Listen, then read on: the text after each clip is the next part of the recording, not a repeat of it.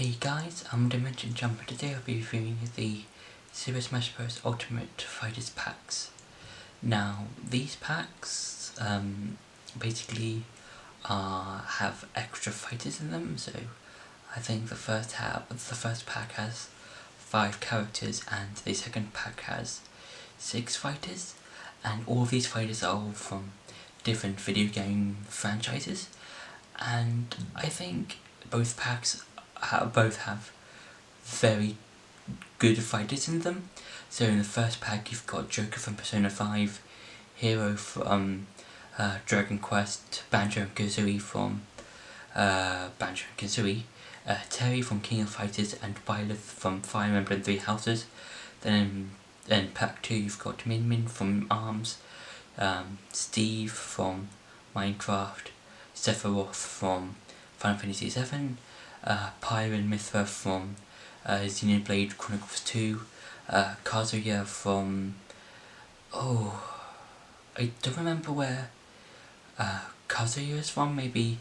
Tekken, yeah, Tekken, he was from Tekken, and Zora from Kingdom Hearts. Now I think these are all nice choices. I think for some of these fighters I was more hyped about some of them more over than others. So I think I was more hyped about Sephiroth being in Smash than probably Terry or Sora. Mainly because I've played through all of Final Fantasy VII Remake, and I think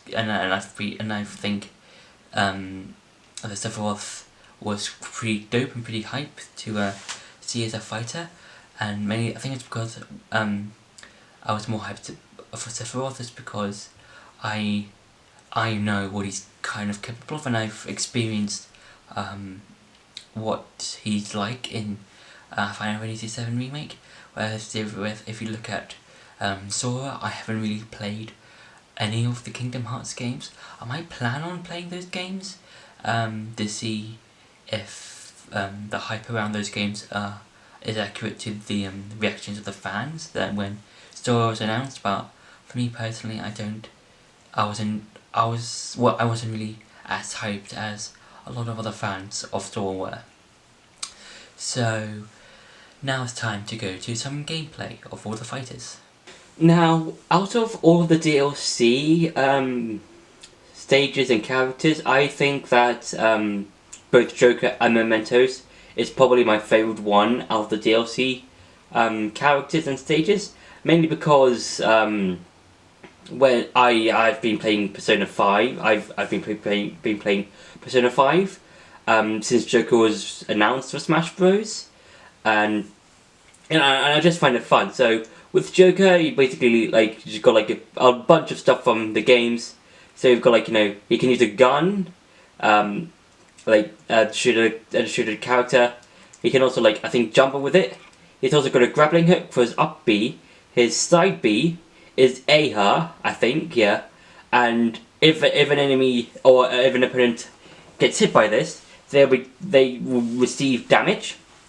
And then for his down B, he can summon. If he gets hit, he'll receive half the damage, as well as he'll be able to summon Arsene more. And yeah, and Mementos changes colour depending on which song is being played. So for this particular song that's playing, which I'm going to be muting for all the songs that I'll be of all the stages that I'll be playing on, because I don't want to get copyrighted. For this one, it's Last Surprise, which is from Persona 5. If you change it to yellow, and if a song for Persona 4 plays, it will change yellow, and if it's from Persona 3, it changes blue. And I do like how in the background you can see different members of the Phantom Thieves. They've got Arn and Makoto in the background at the moment, and I'm just going to show you. How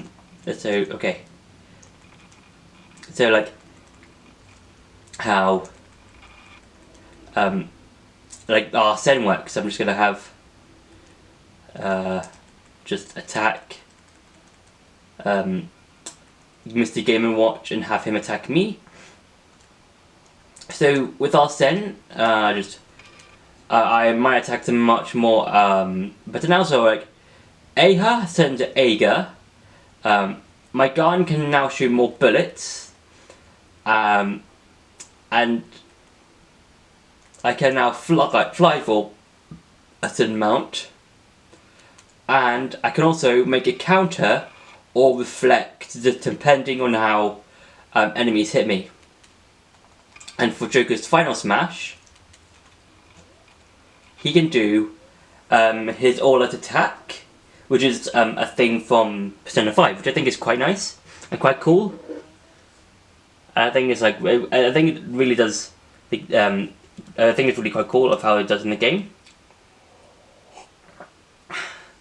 Yeah, and I'm now going to quickly show you how the other stages work in how the different colours affect different. The music affects different parts of the stage.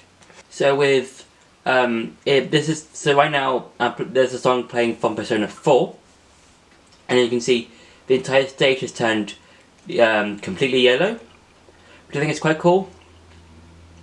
And I think it's quite nice, like show like how different colours, different songs affect the colour of mementos, because I think, you know, Persona is a cool franchise.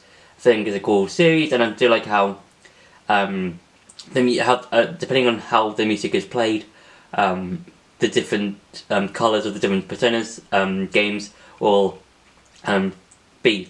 And I do like how I think the bottom part of the stage changes, I think, design slightly. It's not, I think, a major change, but it's a slight change, which I think fits into the main game itself, like where it comes from, which I think is quite cool. So I think with like this stage, I think you've got like, I think the whole like going into TV world thing. I think I'm not 100% sure. And if we go to Persona, if we choose the music from Persona 3, I think it will change again slightly. So let's choose Math Destruction, because that's a song from Persona 3. So choose Joker again.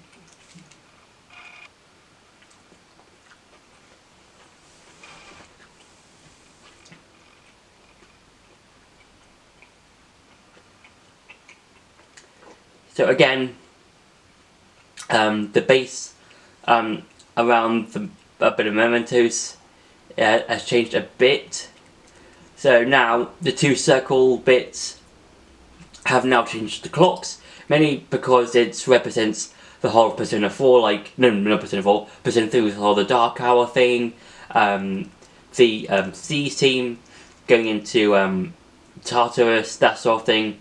And I do like that. I do like how each song, depending on which game it comes from, it represents the different Persona games. So Persona 1, 2, and 3, 4, and 5.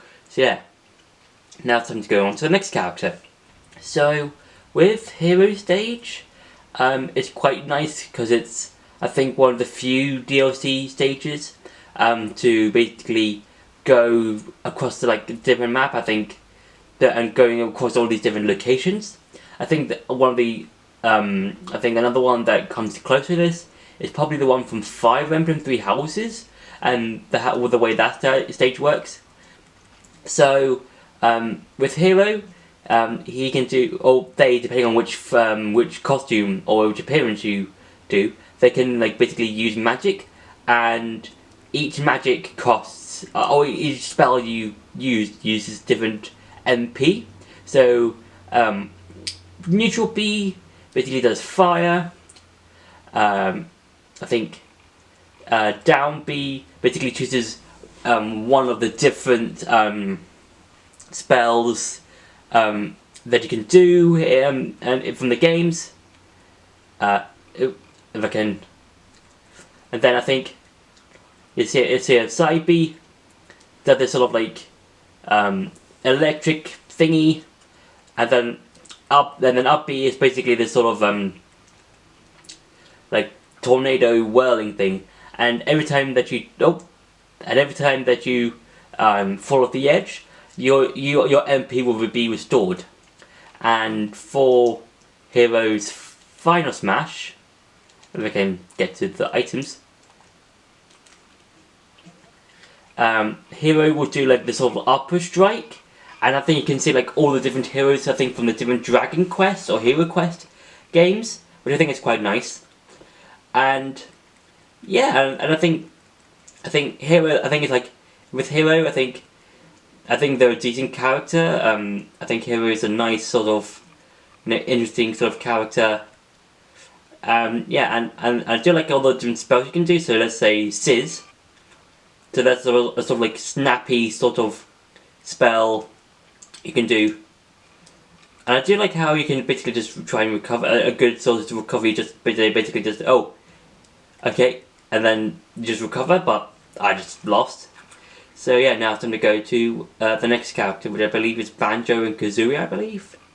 So with Banjo and Kazooie, and their stage is, again, like in the other two characters, their own stage is basically based on their games, which I think is quite nice. And it's one of the few stages that basically it's basically still, but it also changes direction as well. So right now, I think it changes from like from one specific position to another specific position.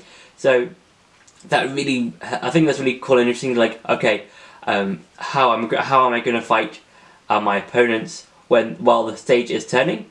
So for their moves, their neutral B, that they call Banjo uses Kazuya as a sort of like bird gun thing. I don't know.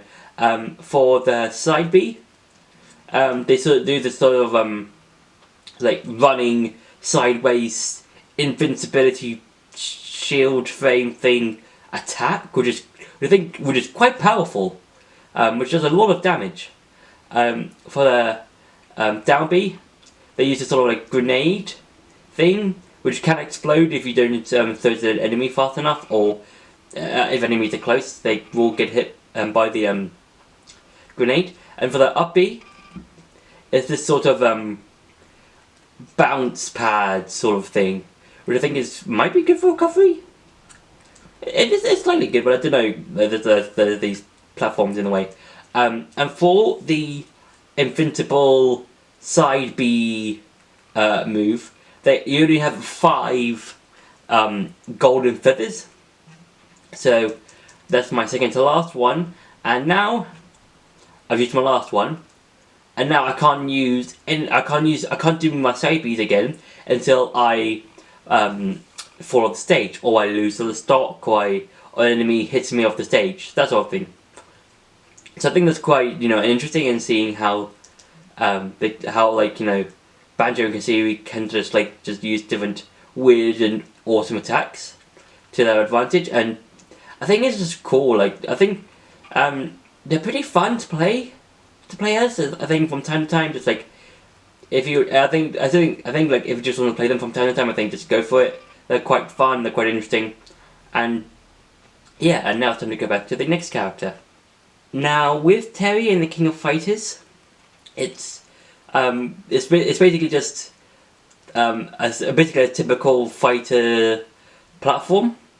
And it's and I think there's a fun sort of stage, mainly because of how opponents fly off it, because the end parts, like the left part and the end part, are basically have these 2 invisible wall shield things, and they can't be broken until someone it has enough percentage to go flying through them.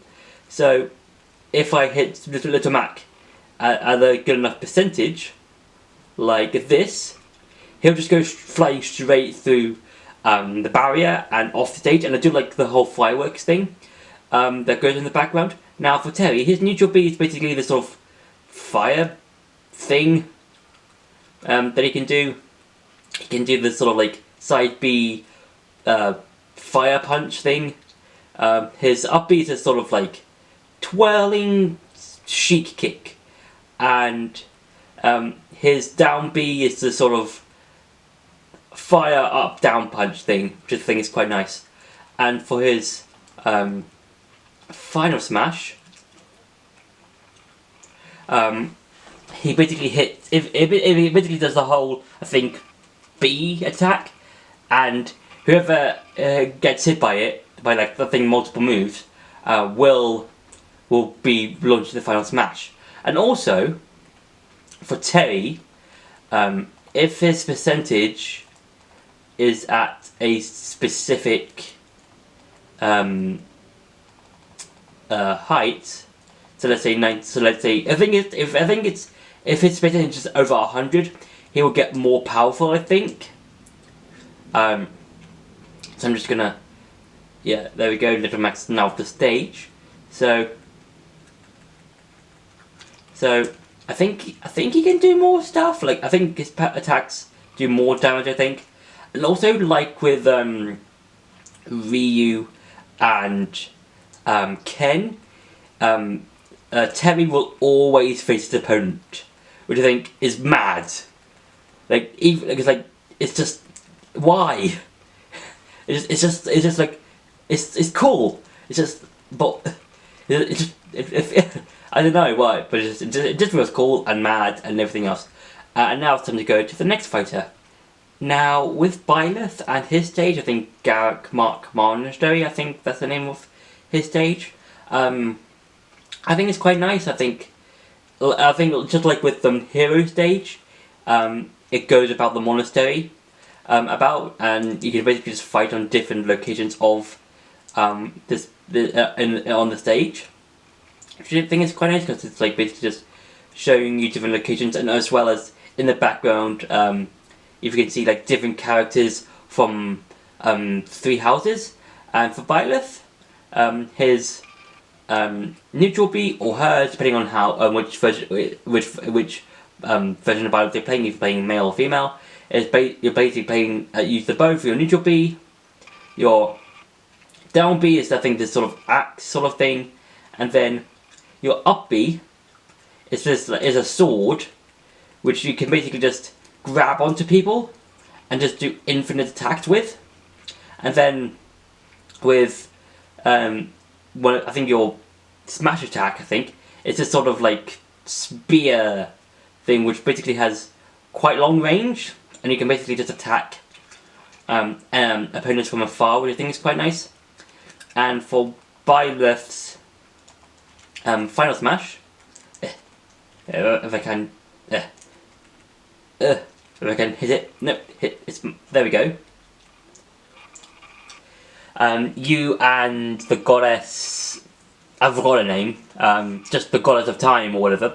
Basically, this is sort of like whirlwind sort of attack thing with the sword, the sword of creation, I think it's called, and it was just a nice final smash attack. For Byleth himself, because you know, like it's Fire Emblem. There's a lot of Fire Emblem characters in Smash Bros. I'm happy that he's in the game. I think it's like it's kind of like, you know, I'm half and half with Byleth. I think his choice, the choice for him to be in the game is nice. It's just like, you know, there's a lot of Fire Emblem characters. Like it's kind of like thing of like, is it one too many characters? Like if there is another Smash Bros game, will there ever be another? Is there going to be another Fire Emblem character like from any of the main Fire Emblem games or something like that? So yeah, as in, when is enough too much in my opinion, and I think Byleth's quite cool. I think I quite like him or her, depending on which version you're playing, male or female. But yeah, so now it's time to go to the next character. Now, Min Min and her stage, I think I probably like them, one of the best stages, probably after Joker, just because of how fun, just how fun the stage is, because of all the crazy things you can do. So for example, you can basically just use these launch pads to basically launch into the air and just basically just fight different characters. Now, and you got like these side bits, which you can also use to attack enemies, and then there's the central one. Now for Min, her attacks are basically that from arms. So you've got these sort of like, you can change your, I think one of your arms about to different things. So if you press down B, you can basically change the arms from a wrecking ball to a sort of dragon gun thing to this sort of wheel sort of thing that can come back around to you and that can do damage. For the wrecking ball, you can basically just hit, and I think it's the heavy hitter of the 3 weapons. It can deal the most damage, and you can just I think hang on, if I can get the right one, the right smash attack or something. Well, what I'm trying to do is like try and make because I think there's if you do something right, you can basically make the ball change color or something like that, and then with the dragon gun thing, you can basically just make it shoot and with your opponent and stuff like that. So yeah, for your up B, it's basically just a sort of like jump using your arm to like jump, and then with your then you basically just with neutral B, it's just shoot. Basically just use your like just basically just hit, and just use one arm to hit, and then press A to like hit your opponent again. And it's quite complex. Like I think if when you first started playing as Min, it will be a bit tricky to play as her, because like she basically acts differently to the other fighters in Smash Bros. Because with those characters, they basically just like, oh, you got like up B, down B, side B, neutral B, that sort of thing. But with Min, you basically have to be like, okay, A does this, B does that, this, that, and that, and thing, and it's just like trying to get into the mindset of how do I play as Min. And yeah, I do like, and I think she's quite an interesting fighter to play as. And for his final smash, she basically hits you with one of her arms, then all the other characters from arms just comes in with their own arms and their barrage of attacks, and then Min will come in with their own unique final punch thing, which I think again suits the characters very, very well, like with all the other characters in the other games, or with the other from like Joker, Byleth, Banjo, that sort of thing. So now it's time to go to the next character. So with Steve, I think Steve is one of the weirder characters to come from the DLC Fighter Pass, because you never really expect Minecraft to appear in a Smash Bros game, let alone being a main fighter. Because if you hear, if let's say you tell someone that let's say you go back in time and to like let's say Brawl or Melee or even the original Super Smash. Let's just say from Melee to Brawl, or even let's say let's add in the original Super Smash Bros. Then to them, by the way, Steve from Minecraft is going to be a fighter in the latest one. They're probably going to think you're crazy, but now that Steve is actually in the game, it doesn't feel real. I mean, it is real, but it's just kind of weird to see like Steve to appear against other fighters like Mario, Bowser, Donkey Kong, Mewtwo. Just like it just feels weird to see like him just fighting against other well-known characters. So for down B, he digs just like in Minecraft. He can also create stuff. So like now I've got a golden sword, and I think the better your weapons are, the more damage you will get, and depending on which kind of service you're on, will depend on how much material you will get. So if you're on like you know, a more grassy area, you'll get more dirt. If you're on a more solid stony area, you'll get stone and wood and stuff like that. And then you can just create, and then just make, you know, weapons. For his side B, he makes a minecart. For his down B, he can create TNT. But make sure of where you are near the TNT, because if you use the redstone, you can basically make a giant path away from you, so then the characters near the TNT will explode, will take damage near the explosion. And for his up B, he can glide for like a few seconds, which is quite nice, but it's basically a sort of a double-edged sword. It's good, good for recovering, kind of, but it's kind of like how Little Mac recovers. His recovery isn't that good, but you have to try and use his recovery when you can. So yeah, he can glide for a second, and then you just hoping you just land on land on the platform. So, and also for Steve's final smash, if I can hit Mewtwo, it's a sort of TNT creeper filled explosionary house thing, which I think is quite nice. And I do like how his taunts are quite similar to the ones in the game. I do like how if you use as well as doing the down taunt, if you use this the left analog stick and put it down, it kind of like that, kind of like a down taunt. And now it's time for the next character. Now with Sephiroth, and his stage is, I think the stage itself first is quite interesting, because it's, I think, a reference to obviously Final Fantasy VII. I think it takes place towards the end of the game. I think, I'm not 100% sure. I haven't played a lot of the original. Maybe it'll be referenced in one of the remake parts, maybe. And I do like how the look of the stage looks. It's kind of like, you know, a sort of like crumbling sort of stage sort of thing, which is quite nice. Now for Sephiroth, he's got a long reach sword, which is basically his his unique sword.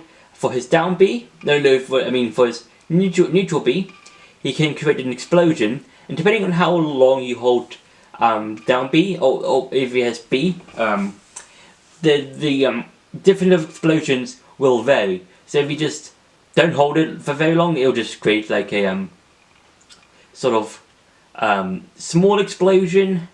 If you hold it for a bit longer, it will create a much larger explosion. But if you hold it on for a really long time, it'll create a huge explosion. So try and use that as much as you can, but always try, if you want to use the just neutral B, always try and find an opening, I would say, if you want to use that move. For his side B, if I can just, I'm just going to make Young Link, there we go. For his side B, if I can land, you can basically make these sort of energy ball things, which will circle around your opponents for like a couple of seconds until they hit, and you can create multiple ones. If I can, so there we go. So now I've got done 3, and now circling Young Link, which is quite nice. For his for Sephiroth's down B, it's this sort of barrier wall counter thing, which is quite nice. And for his up B, it's a sort of slashing sword attack thing, which is quite nice, and also quite nice for recovering. And for Sephiroth's final smash, he'll attack a player, and then he'll use his supernova move, I think it's called, and then a player or the opponent will get various various status effects. Which one? So I think one will be like you also be slowed down. Another one I think you take damage. One is I think you. And I think when you get in reverse controls for a bit, I think I'm not 100% sure. I could be wrong for the final one, but those are just I think some examples of what could happen to you if you do get hit by Sephiroth's final smash. And now it's time to go to the next player. Hi, before I do go on to the next player, I want to quickly show you something that I forgot to add. So, if Sephiroth is at a certain amount of damage, he will acquire the one wing because he is the one-winged angel or something. I think there could be a reference to that, and that's if Sephiroth is at percentage. I think it's like after 100 or something, or no. I think he gets it as when he's losing. I think his attacks do more damage. So it's kind of like how Terry works. When he gets over like 100%, he gets more. His damage attacks gets more better, and he can just do more damage. So now it's time to go to the next character. So before I go into Pyro and Mithra's attacks and their moves and their stage in particular, I want to quickly talk about what you can do in the character select screen.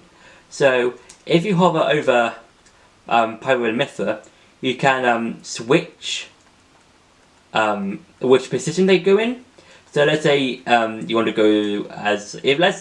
go in Mithra first, then you'll go in as Mithra first, and then you can switch over to Pyra if you want to, and then obviously when you start the match or you're starting in training or something, you will start as Mithra or Pyra.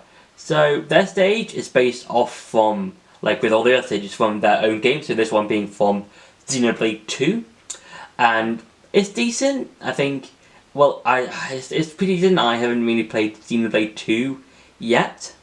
I am planning to play it in the future, but I don't know when. And yeah, so for Pyra and Mithra, they have two separate move sets. So let's just start off with, for Mithra, her neutral body is sort of like swinging sword attacks.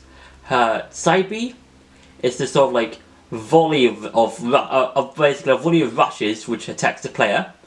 Her up B is sort of like skywards volley of attack energy beam stuff, and her down B is basically for both Pyra and Mithra, they can change from each other. Now for Pyra's neutral B, she can do this sort of like spin attack sword thing, and she'll be like surrounded by a sword in flames. For her up B, it's a sort of like down thrust sort of thing. So it's like that, and a volley of flames come out. And then for her side B, it's a sort of like she throws the sword towards her, and it will basically be engulfed in flames. But this does leave her vulnerable to attack from other players. So try again with Sephiroth's neutral B. Try and use this move when you find yourself an opening. And also, both Pyra and Mithra have their own unique final smashes, which is which is basically very different. So for Pyra, it's basically this giant column of fire, and then for Mithra, it's kind of similar, but instead of just being a giant column of fire, it's basically like this volley of pure energy thing. And also, there's a unique thing. Well, it's kind of like it's kind of like it's kind of like similar to like. It's basically I'm going to show you when they come into battle. So you can only see this if you're like in a match. You can't see it in training at all. So let's just go with 3 stock.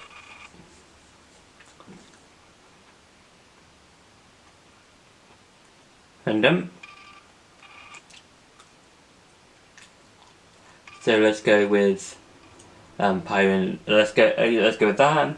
Now, if you have Pyro first, you'll have if you see, you can see that Rex will give Pyro the sword, well, his sword. I don't know. I haven't played the game yet. I haven't played Xenoblade 2. I haven't played Xenoblade 2 yet. But if you choose Mithra, the random stage,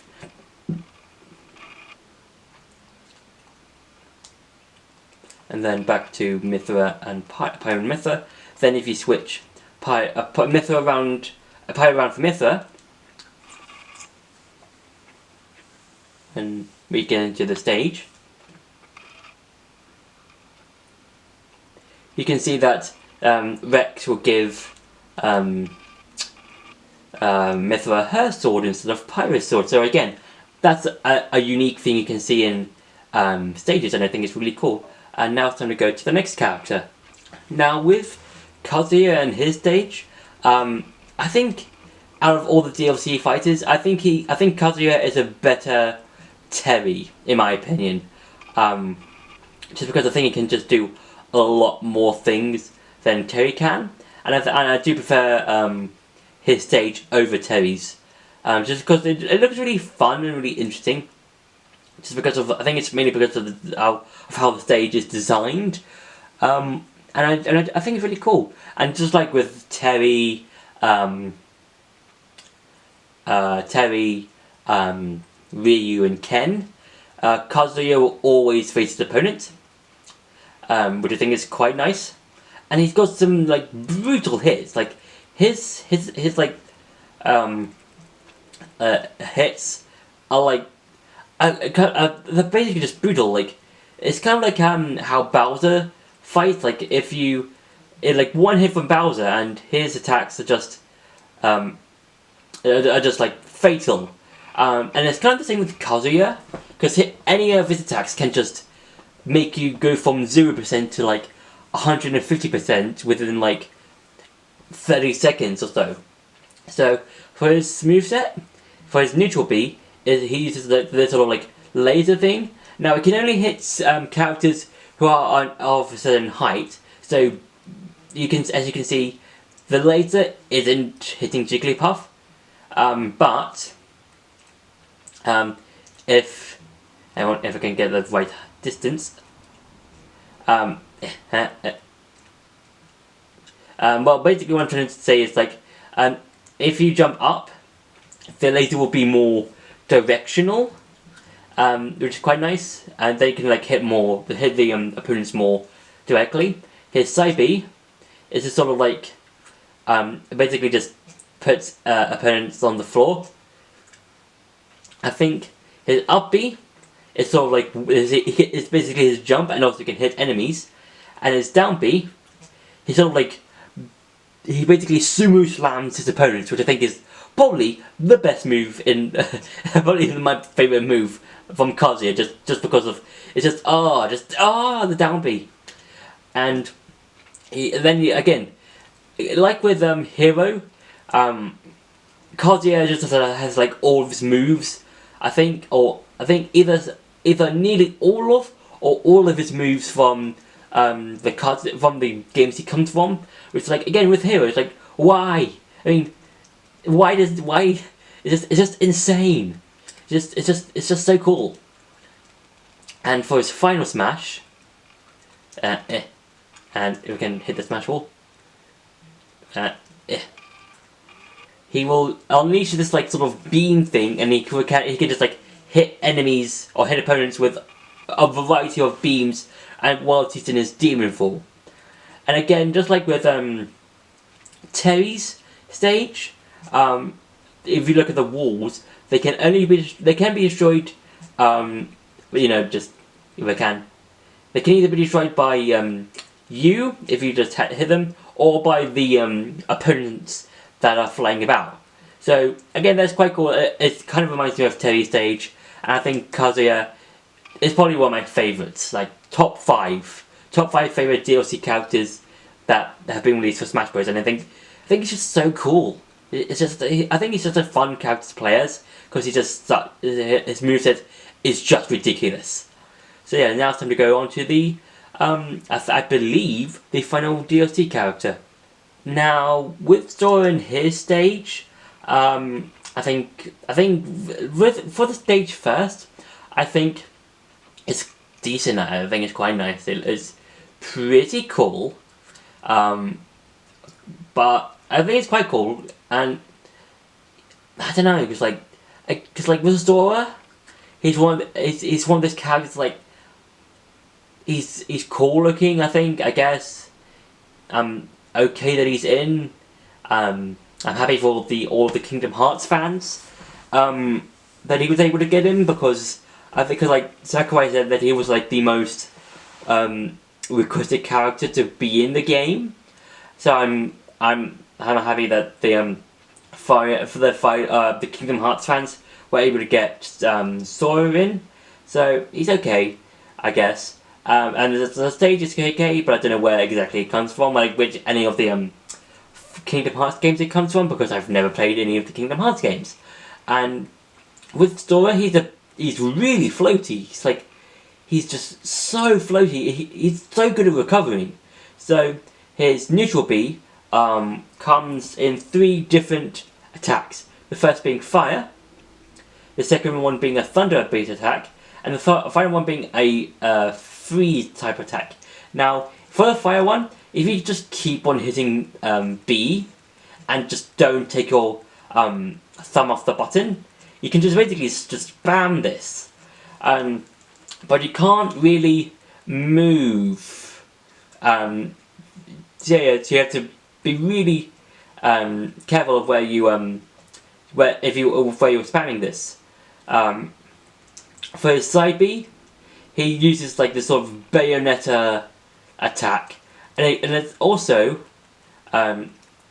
good at homing. It's basically a better version of, I think, Bayo's side B, I believe. I think this is also Bayo's side B. So this is like a lot better than that. His up B is basically Link's spin attack. That's basically what it is. And for Sawyer's down B, it's basically a sort of counter. So if we can get Byleth to try and attack. So yeah, it's basically a sort of counter. And for Sawyer's final smash, basically something is a sort of like key vortex thing, and he basically uses like an explosion from a door, I believe. And I think also if a character's health is like full enough, they'll explode. Now that's been it for all the characters. Now it's time to go back to the review. So I think that both packs are quite nice. If you want to get all the fighters, then you can, because I believe that you can buy both packs and you can get all the fighters, and that's quite nice, because then you can just get all of them instantly and you can just play them on the go, or you can just pick which fighters you want to play with, because when they were released, you can either buy the pack before all the fighters were released and then you'll get those fighters automatically, or you could buy them all individually and you can just have their specific character or their music, stage, and other stuff. So yeah, and when they were being released, when they were announced, they were basically an event, basically all knowing, because I think that's how much Smash Bros has grown as a series. Because if you look at the original one, it was the very first game to have Nintendo characters going to a fighting game. Now, if you look at Ultimate, all the characters are there from like all the previous games, as well as new ones, and especially the new DLC ones. So overall, I think the challenge packs are quite awesome. I think they're quite nice. I think each character in those in both packs are nice choices. Maybe they could appear in the next Smash Bros game whenever that will be. Maybe the next game is going to be released in 10 years, 15 maybe, we don't know. But if there's another one, I would like to see some of these characters return in the new one. So that's been my review for the Smash Bros pack DLC fighters. I hope you enjoyed this video. Don't forget to like, share and subscribe, and I'll see you in the next video.